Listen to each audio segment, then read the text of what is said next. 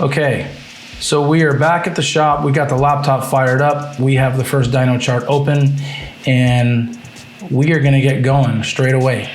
So first and foremost, we're gonna be transparent. We dynoed this in 6th gear, a 7th gear being 1-to-1. We did run into a speed limiter at 100 miles an hour, and it was not conducive for testing purposes. It just was not working out. So until we have the ability to turn that speed limiter off for testing purposes, we're gonna roll with 6th gear because, no pun intended, that's what worked.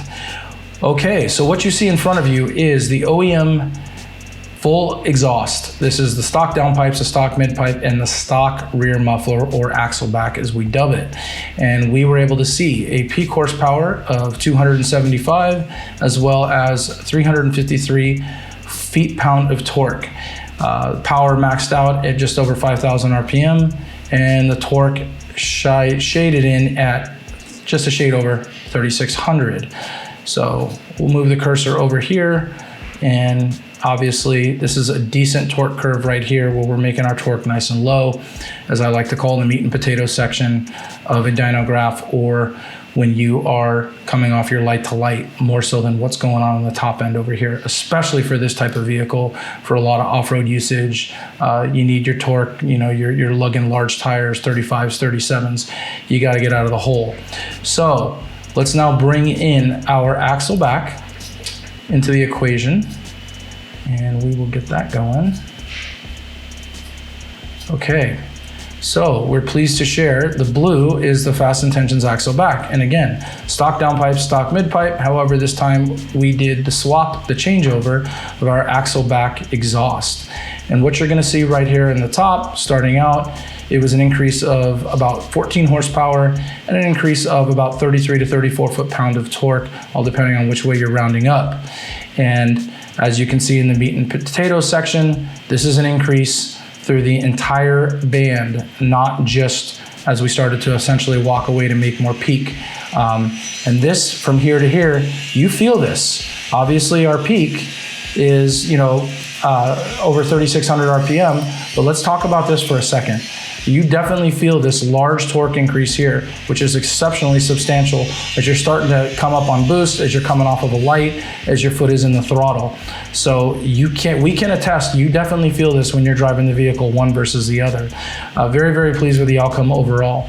And again, 14 horsepower and an increase of roughly 33, 34 foot-pounds of torque. And we were able to see that max power at about 4,600 RPM. So we're gonna scoot down here. So right about there, 46.7. So all in all, great gains, very, very pleased with it. So moving on, keeping this rolling.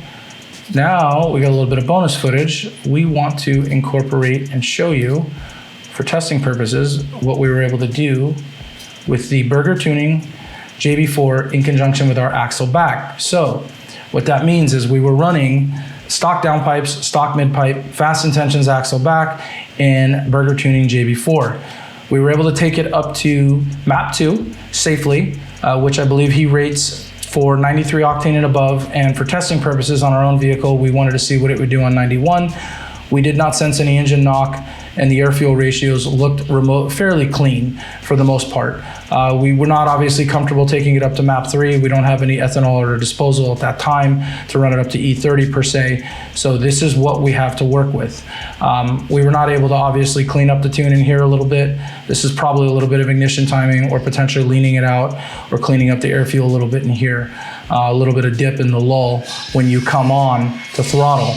And again, the green is a Burger Tuning. So let's talk about the peak. We were able to make 317 horsepower, a little shade over, as well as 425 foot-pounds of torque.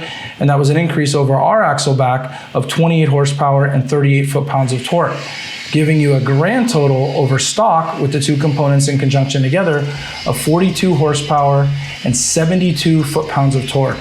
That's huge. That is huge bang for the buck between a bolt-on tuner and a bolt-on axle back that takes less than an hour to install. And obviously we were able to see peak torque at just over 3,700 RPM. Again, we're in this meat and potato section.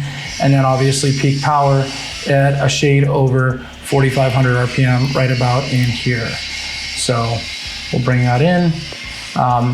All in all, Very, very pleased. This was our first preliminary test with our Axle-back, as well as first go around with the burger tuning software.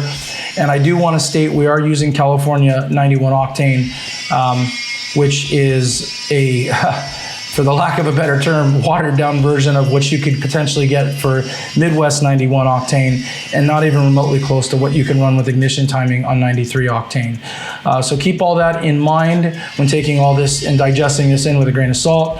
And again, these charts will be available on our website under the description, under charts on the product page. And that is what we have for Dyno Charts Round 1.